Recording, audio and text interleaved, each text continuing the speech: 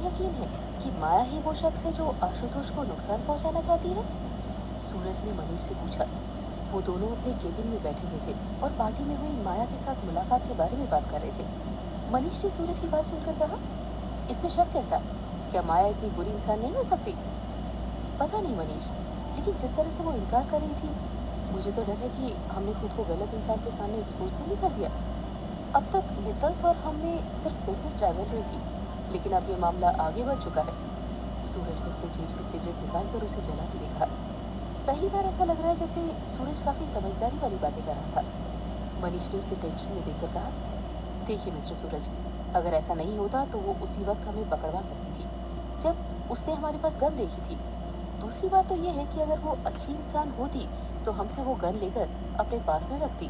और रही बात इनकार की, तो कोई भी किसी भी नए इंसान के सामने पहली बार में खुद के गलत इरादे जाहिर नहीं करता। माया एक चालाक महिला है। मनीष की बात सुनकर सूरज और ज्यादा गंभीर हो गया। मनीष ने उसे रिलैक्स करते हुए कहा, आप इतना टेंशन मत लीजिए, सब कुछ प्लान के अकॉर्डिंग हो जाएगा। सूरज ने अपनी सिगरेट का आखिरी कश लेते हुए मनीष से कहा, मुझे चिंता इस बात की है कि अभी अभी तुमने कहा कि माया बहुत चालाक है। और इसके बाद सूरज ने फिर कुछ नहीं कहा, क्योंकि उसकी इसी बात पे बहुत सारे सवाल छुपे हुए थे। पहली बार सूरज ने यही सोचा कि उन्हें माया से सावधान रहना होगा। वहीं आरोही और शनाया हॉस्पिटल में ममता जी के वार्ड के बाहर बैठे थे। राजेश जी अंदर अपनी वाइफ के पास बैठे थे। आरोही ने वहां तैनात सभी सुरक्षा कर्मियों को सख्त हिदायत दी थी कि उसकी परमिशन के बिना कोई भी अनजान शख्स उस एरिया में नहीं आना चाहिए। मित्तल खानदान की बहू बनने के बाद अब आरोही के हाथ में ज्यादा पावर्स थी। उसने हॉस्पिटल के पूरे स्टाफ की लिस्ट मंगवा ली थी जो उसकी मॉम के इलाज के लिए वहां आ जा सकते थे। सारी व्यवस्थाओं को देखने के बाद अब आरोही आश्वस्त थी कि उसकी मॉम पूरी तरह से सुरक्षित है। उसे अब यही पता करना था कि उसके साथ आखिर वो सब किया किसने था, जिसकी वजह से उसे और उसकी फैमिली को इतना सफर करना पड़ा। आरोही ने सारे अरेंजमेंट्स देखने के बाद कुछ वक्त अपने डैड को वहां अकेले छोड़ देने का फैसला किया और खुद शनाया के साथ बैठकर बातें करने लगी। आर यू सीरियस आरोही? सच में कहो, कोई प्रैंक तो नहीं है ना? शनाया को आरोही की बात पर विश्वास नहीं हो रहा था। उसकी आंखें आश्चर्य से खुल गई थी। आरोही ने शनाया से कहा, यार इसमें प्रैंक क्या होगा? और वैसे भी तो ये बात सिर्फ तुमसे ही कर सकती हूँ ना मैं, इसका किसी और को पता भी नहीं चलना चाहिए। शनाया ने उसकी बात सुनकर हाँ में सर हिलाया और कुछ सोचने लगी। उसे तो अभी तक आरोही की बात पर यकीन ही नहीं हो रहा था। उसने कुछ सोचते हुए फिर आरोही से कहा, लेकिन जिस तरह से शादी के लिए उसने खुद से अप्रोच किया था, उससे तो ऐसा नहीं लगता। क्या आशुतोष इतना बुरा इंसान है? आरोही ने शनाया की तरफ देखा। हाँ, मुझसे शादी करने की जिद खुद आशुतोष ने की थी अपने घर वालों से, लेकिन सिर्फ इसलिए ताकि वो उस दिन की बात का बदला ले सके।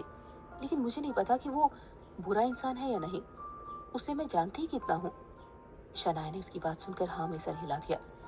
फिर कुछ सोचने लगी। उसने आरोही को छेड़ने के लिए उससे सुहागरात के बारे में पूछ लिया, लेकिन उस रात जो कुछ भी हुआ वो सब आरोही ने उसे सच बता दिया।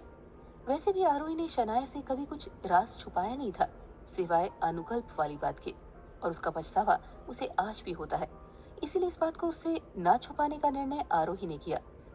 वो ये बात शनाया के अलावा किसी और को बता भी तो नहीं सकती थी, क्योंकि सैम तो इस वक्त इटली में थी।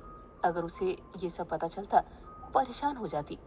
शनाया ने आरोही से कहा, यार इसका मतलब तुम्हें आशुतोष से खतरा है आरोही?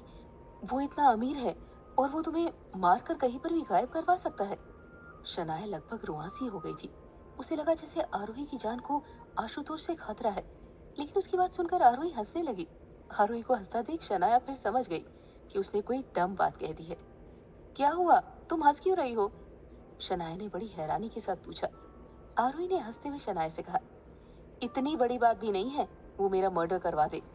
यार जितना मैं समझ पाई हूँ ना, उसे ये लगता है आशुतोष अपने इमोशंस एक्सप्रेस नहीं कर पाता, जिसकी वजह से वो हर छोटी छोटी बात को अपने ईगो पर ले लेता है। और रही बात मुझे परेशान करने की, तो फैमिली के सामने मुझे कोई चोट नहीं पहुंचाएगा वो। रही बात अमीर होने की, तो अब मैं भी हूँ। आखिर मित्तल खानदान की बहू होने के कुछ तो फायदे हैं। उसकी बात सुनकर शनाया भी रिलैक्स हो गई और उसके साथ मुस्कुराने लगी। चल अब मॉम के पास चलते हैं, इसके बाद घर भी जाना है। ध्यान रहे ये बात सिर्फ हम दोनों के बीच रहनी चाहिए। मैंने तुझे सिर्फ इसीलिए बताया है ताकि किसी और सिचुएशन में पता हो किसी को भी इन सब का। आरोही ने उठते हुए कहा।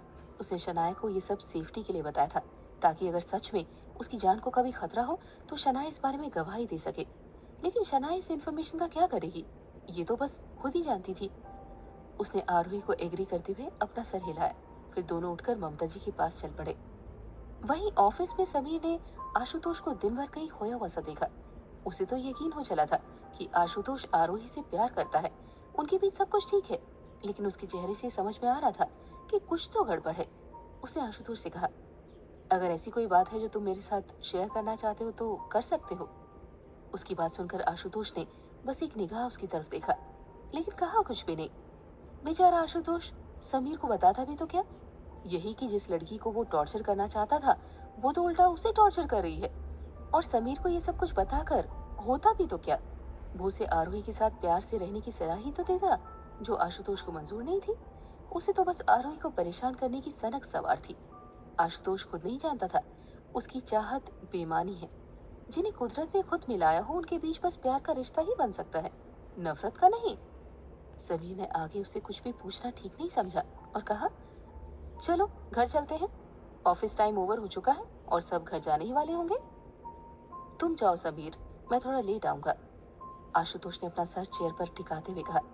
समीर समझ गया था कि वो परेशान है, इसीलिए उसने उसे छोड़कर नहीं जाने का फैसला किया और कहा, लगता है तुम्हें कुछ दिन की छुट्टी ले लेनी चाहिए आशुतोष। तुम भूल गए हो मैं तुम्हारा ड्राइवर बन के ऑफिस आया हूँ, तो वापस भी हमें साथ ही लौटना पड़ेगा। आशुतोष ने समीर की इस बात पर उसे एक नजर देखा, फिर वापस अपना सर टिका लिया था, जिसका मतलब यही था कि वो यहाँ रुक सकता है। लेकिन आशुतोष को थोड़ा वक्त अकेले में चाहिए था। समीर को इसकी वजह तो नहीं पता थी, लेकिन जल्दी पता चलने भी वाली थी। समीर आशुतोष के सामने बैठा था, तभी उसके मोबाइल पर शनाया का कॉल आया। उसे देखकर समीर के चेहरे पर स्माइल आ गई। आशुतोष ने उसे देखा नहीं, वैसे सर टिकाकर बैठा था, उसकी आंखें भी बंद थी। समीर ने जल्दी से कॉल पिक किया और बात करता हुआ केबिन से बाहर आ गया। हेलो, समीर है? समीर ने थोड़ा हिचकते हुए कहा। ओहो, नौटंकी की जरूरत नहीं है, तुम्हारे पास मेरा नंबर सेव्ड है और मैंने कॉल किया है तो तुम्हें मालूम है कि कॉल कहाँ कनेक्ट हुई है। शनाया ने समीर को बड़े प्यार से डांटते हुए कहा। समीर उसकी बात पर झेप सा गया था और अपनी गलती सुधारते हुए बोला, सॉरी, मेरा ध्यान कहीं और था।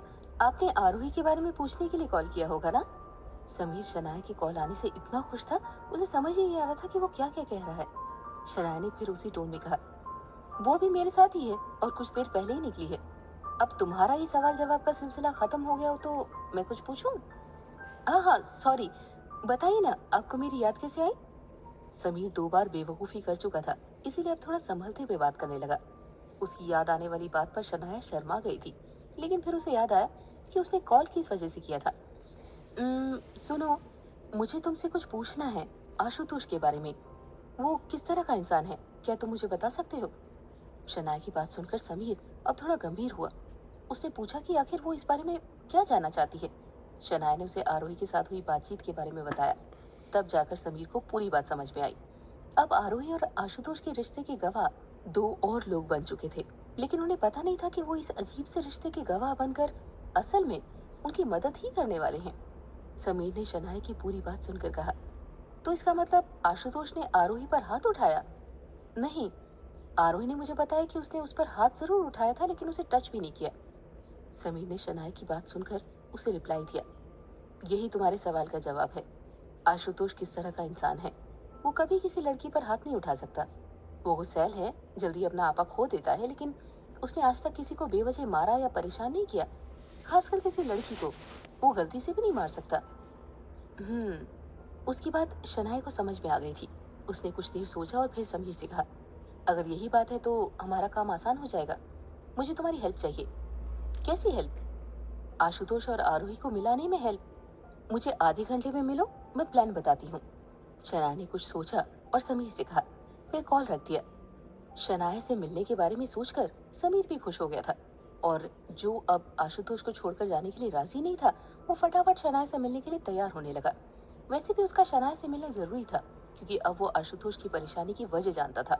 शाम के लगभग 8 बजे पूरा मित्तल परिवार आशुतोष के घर आने का वेट कर रहा था।